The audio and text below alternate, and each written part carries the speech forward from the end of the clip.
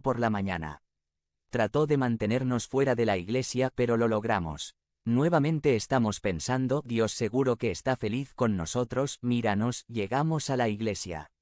Incluso aquellos de nosotros que estamos aquí en la iglesia y no queremos estar aquí, pensamos en el fondo de nuestras mentes que si muriéramos mañana, al menos podríamos decirle a Dios que estábamos en la iglesia el día antes de morir. Porque asumimos que de alguna manera obtienes puntos con Dios por estar en la iglesia. Ahora bien, una vez que llegas a la iglesia creemos que hay formas de obtener puntos extra con Dios. Obtienes puntos de bonificación al traer tu Biblia. Puntos extra por permanecer despierto durante el sermón. Puntos de bonificación por permanecer durante todo el servicio. Puntos extra por hacer algún tipo de servicio en la iglesia. Puntos de bonificación por permanecer de pie durante ciertas partes de la iglesia. Ahora bien, todas estas cosas son buenas, pero Dios no está gritando hurra. Mírenlas en la iglesia, 150 de 185 cantaron bien, 170 de 185 se mantuvieron alejados y 35 de 185 hicieron algo en adoración. Ciertamente, me siento bien. Para algunos es como si el servicio de la iglesia fuera el gran juego de la semana y mientras logremos llegar al juego, seremos miembros fieles y socios de convenio. Nada más lejos de la verdad. Ahora la palabra de Dios nos dice que vayamos a la iglesia o que nos reunamos para adorar. Pero el propósito no es poner una calcomanía con su nombre. El propósito de venir a la iglesia es estar equipado para vivir como Jesucristo las otras 166 horas de su semana de 168 horas. Los domingos por la mañana predicamos la palabra de Dios para dar instrucciones sobre cómo amar a Dios y cómo amarnos unos a otros una vez que abandonan la iglesia. Eso se reduce a ser obediente a la palabra de Dios y ser más considerado y amoroso con los demás. Eso implica lidiar con nuestro propio egoísmo y cómo lastima a los demás. La iglesia es importante, pero el servicio de la iglesia no es lo principal. Dios no te está dando puntos por simplemente aparecer en el edificio. La única manera de agradar a Dios al venir a la iglesia es llevárselo a su vida diaria cuando se vaya. Lo mismo ocurre en línea. Piénselo, de hecho terminé siendo el perdedor cuando fui a McDonald's e hice todo menos llévatelo conmigo. Debería poder decirles a los demás que McDonald's es solo una estafa. Fui allí, me quitaron el dinero y no obtuve nada a cambio. ¿Qué pensaría usted de alguien que va de compras al supermercado, selecciona cuidadosamente sus carnes, verduras, frutas y todo lo que necesita y luego lo lleva al cajero para pagarlo? Luego, la persona lleva el carrito cargado a la puerta, lo empuja hacia un lado y lo deja allí, mientras se van a casa. En casa se preguntan por qué, nunca hay mucho para comer, ni papel higiénico ni desodorante. La persona comienza a decir, todas las semanas voy de compras y es lo mismo cuando llego a casa. Tal vez debería probar esa gran tienda nueva que acaba de abrir al otro lado de la ciudad. Quizás entonces tenga algo. No, lo que tienen que hacer es llevarse a casa lo que compraron.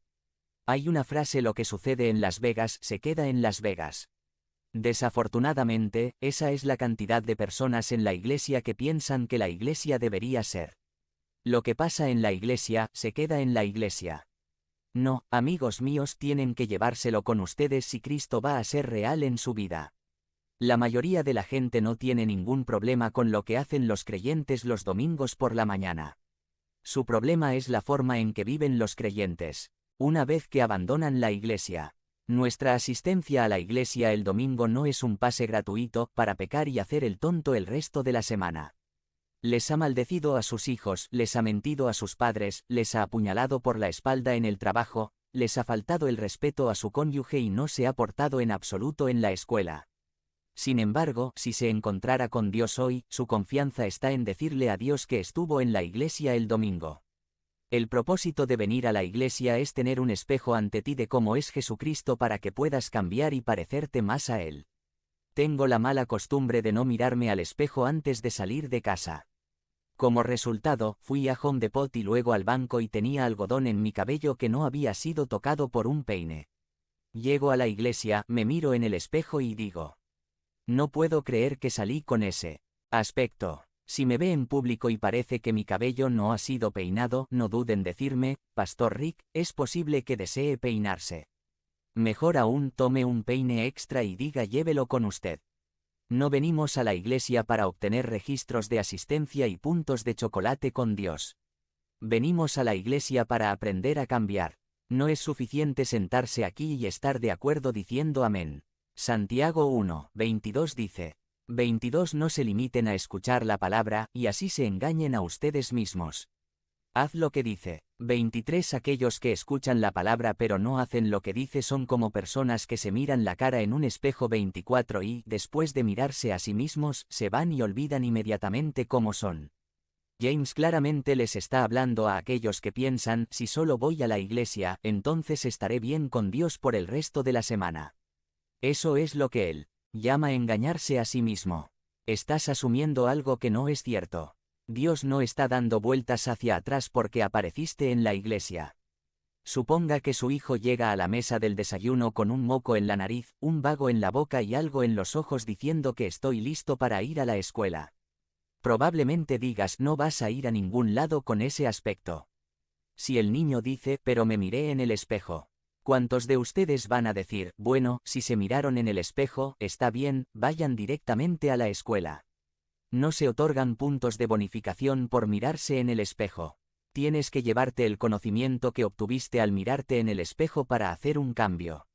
Ir a la iglesia, sentirse bien en la iglesia, conocer gente maravillosa en la iglesia y pasar un buen rato en la iglesia son cosas maravillosas, pero el poder en la iglesia está en el poder de Jesucristo para cambiar vidas.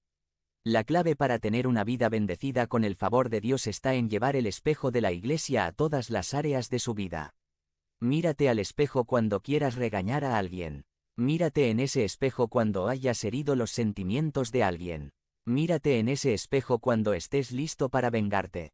Mírese en ese espejo cuando se esté preparando para hacer algo que sabe que es pecaminoso y que sabe que está mal. Cuando ves a Jesús y te ves a ti mismo, ¿cómo te comparas?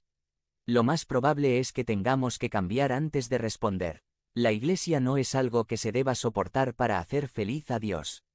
No es algo que puedas hacer para quitarte de encima a tus padres. El plan de Dios es darte la vida más rica que puedas tener.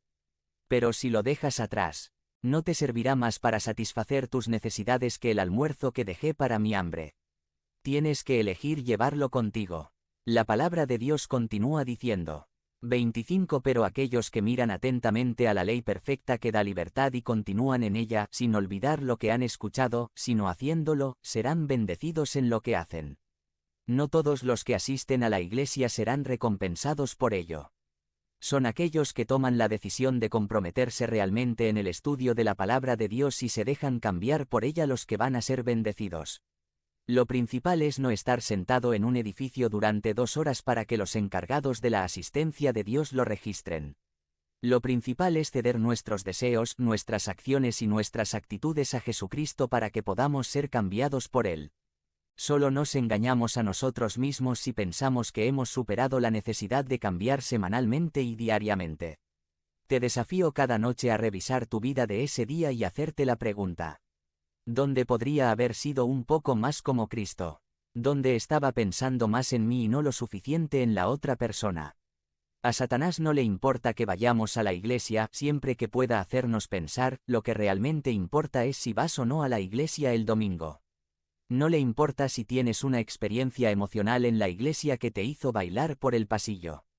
No le importa que cantes con todas las notas correctas o que te sientas inspirado por el servicio. Mientras no se lo lleve, no hay problema. Muchos de nosotros no lo llevamos con nosotros. Nuestras vidas no son diferentes a las vidas de nuestra familia y amigos que no conoce a Jesucristo. Algunos de nosotros estamos tratando de ser más como ellos de lo que estamos tratando de persuadirlos para que sean más como Cristo. ¿Qué tienes en tu vida que te avergonzaría haber mostrado, jugado, escuchado o visto en la iglesia el domingo por la mañana? ¿Por qué no te llevas la palabra de Dios contigo la próxima vez que busques ese artículo? Algunos de nosotros llenamos nuestras mentes a diario con música, sabemos que no podemos acercarnos a la aprobación de Dios y que el único lugar donde se puede encontrar en el más allá es en el infierno.